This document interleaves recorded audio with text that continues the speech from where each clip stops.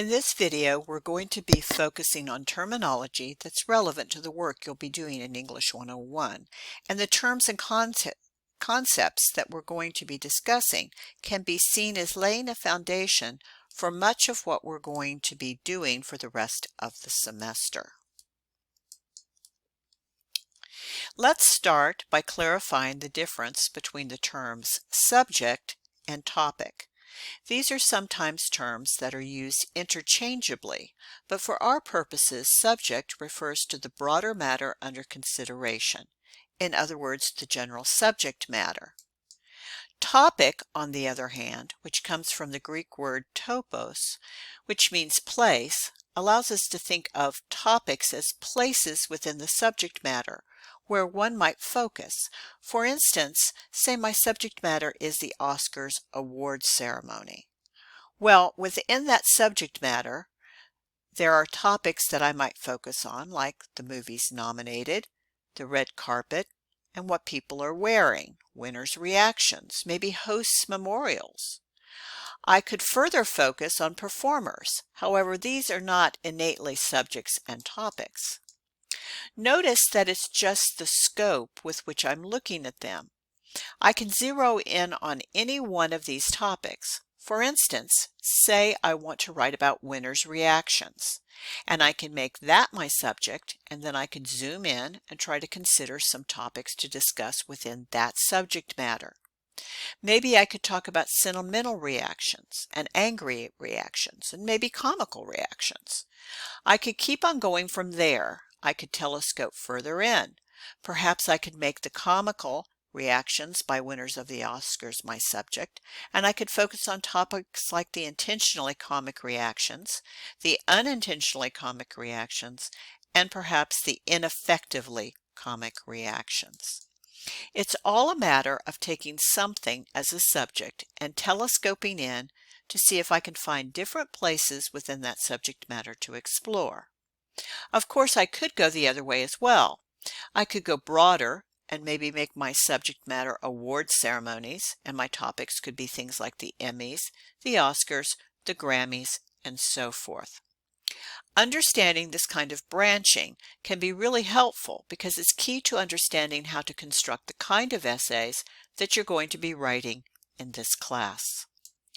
Now let's consider some definitions to some more words that you've been using for many years now.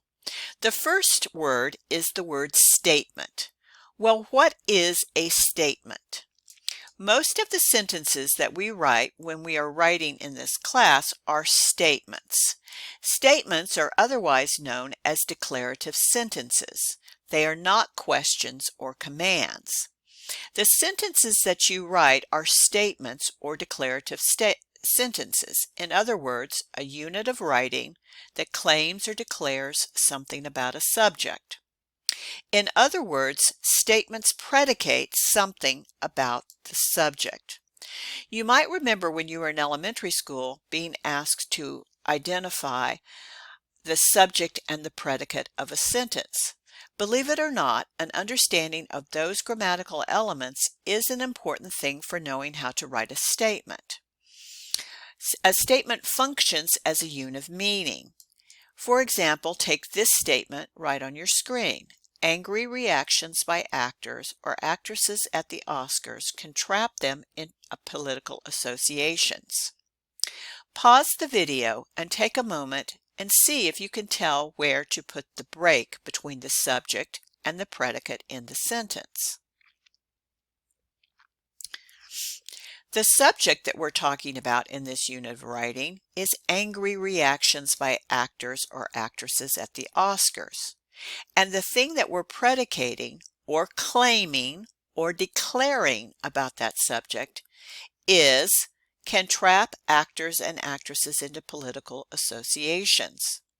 We're going to be looking at this again later in the semester, so it's important that you understand this point. Now, oftentimes the claims that we make about subjects need to be backed up in order to show what we mean. For instance, how do you want others to understand your message? and that's where the paragraph comes in. We're going to be defining the paragraph in this class as a unit of writing that develops the idea that is expressed in its core statement, which in this class we're going to be calling the discussion point. We'll be talking a lot more in detail about paragraphs in upcoming lessons. However, to get started, the discussion point must be developed with specific concrete details. Note that the development in this paragraph is highlighted in yellow.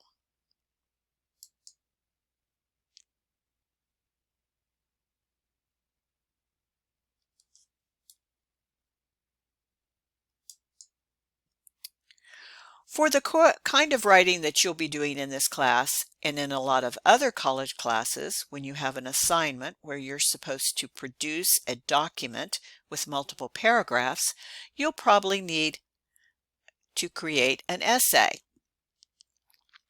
In other words, in an essay, you'll have multiple paragraphs, and you will start a new paragraph when you shift to a new discussion point.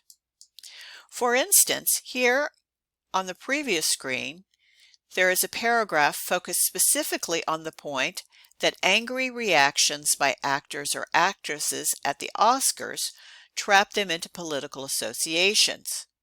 In the discussion in that paragraph, it focused on Lynn Redgrave. But let's say that I also wanted to talk about Leonardo DiCaprio and his 2016 acceptance speech. I could continue on in this paragraph.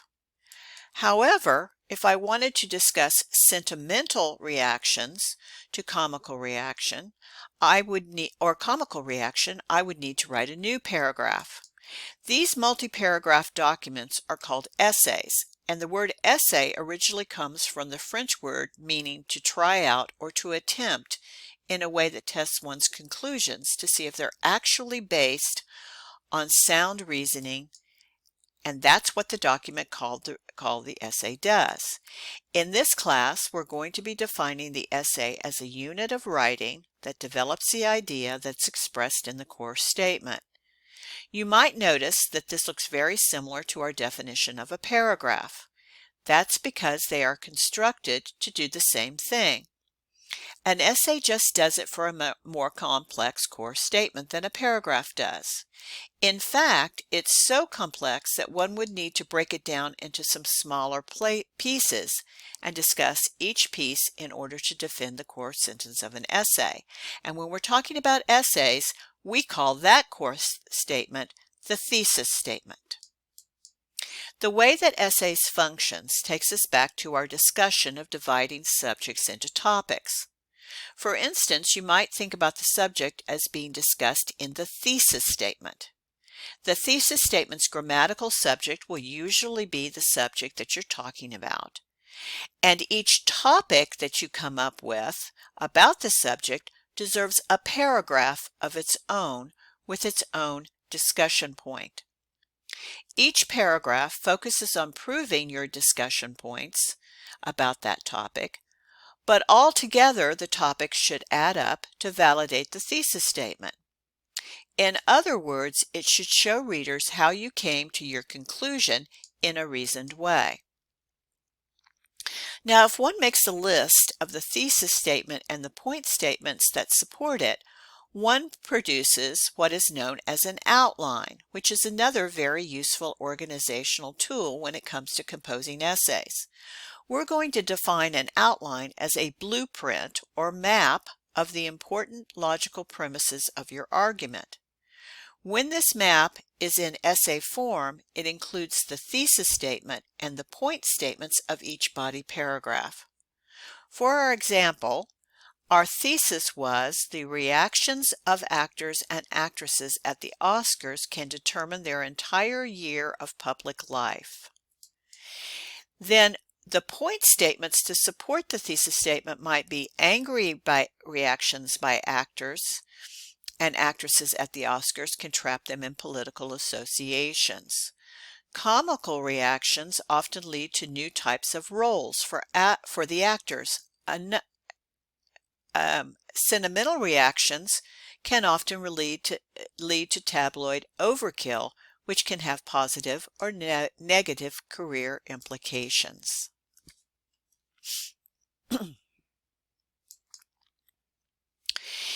In most of the instructional videos that you will be given in the formatives in the online work, you will be given an attention word. When you see the word, make note of it. You may be asked to provide this word in a quiz to show that you viewed the video and paid careful attention. In the quiz that you're going to be taking regarding this video, you will be asked for the attention word. Jot down the word above to use in the formative quiz.